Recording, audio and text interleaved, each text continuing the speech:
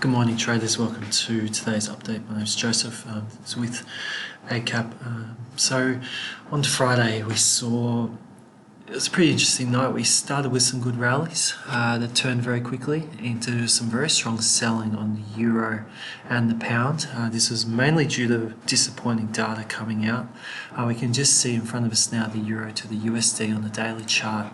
We can see a very strong rally here. We got up to one point in the session. That turned very quickly, and we can see the aftermath of some of that strong selling. The main reasons for this was basically data on Friday showed that German services and manufacturing were lower than expected, and this led to more worries about the German economy. We also saw this in the UK economy with manufacturing and services data from the PMI data coming down under expectations. And we'll just have a look at the pound now. And we can see a pretty similar story to the euro. A bit of a rally earlier and then a very sharp decline to finish off. Now, this was backed up and basically consolidated on this selling by higher than expected US manufacturing data that came out late in the session, and Canadian data also came out stronger, and we saw a very strong fight back from the dollar CAD even despite that stronger Canadian data. So we can just see here that how strong that fight back was from one stage. So it was a very choppy session on Friday. It was mainly data influenced. So stocks finished the session higher. We saw US markets finish higher and European markets finish higher. The FTSE wasn't too affected at all by the data that came out on Friday.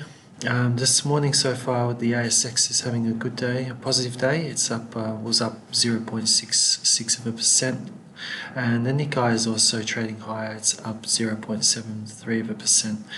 The yen and the dollar are lower this morning to risk.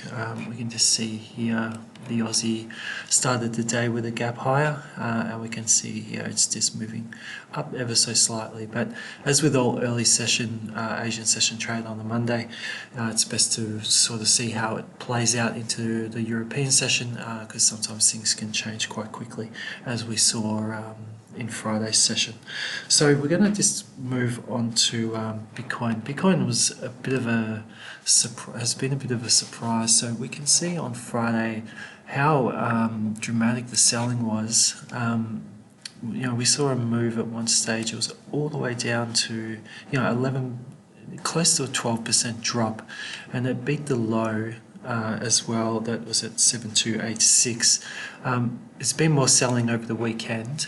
We can see the gap here, and we've started this week with another 6.42% drop, and this is really turning into something a little bit different. We do have a bit of it's down at this level here now, but that's not really what you'd call solid support.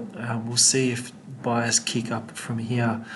We were looking to see if there'll be some demand coming in from this level, but at the moment the trend does look pretty set down. So we'll just have to see how far sellers can take this, and if we do for some reason see a move back down to this level, could we see a bit of defense from buyers starting up here? But right now it really a bit of a shocker to how much it's falling at the moment. So definitely one to keep an eye on, but definitely not one to really be looking to buy or sell at the moment due to this position.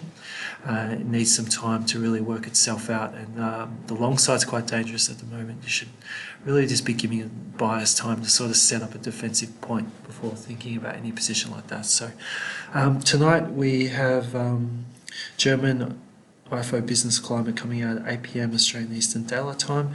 I just thought that's worth a mention, even though it is rated as medium impact, just due to the negative data we did see come out in Germany on Friday. So I think traders will be looking at that with a little bit more interest. So if that does come in a lot lower than expected, that could have a bit of an impact on the euro, and it could, I'm not sure if it will have a solid impact, but the euro doesn't look too good right now, seeing how quickly that rally was faded and then how sold down. So if we do see any more selling, we'll be looking for this area once again to come in and sort of stem the selling. Any break below that really does say that there's a continuation going on in this developing short to medium term downtrend. So that's it for today. I hope you have a fantastic trading week, and until our next report, good trading. Bye for now.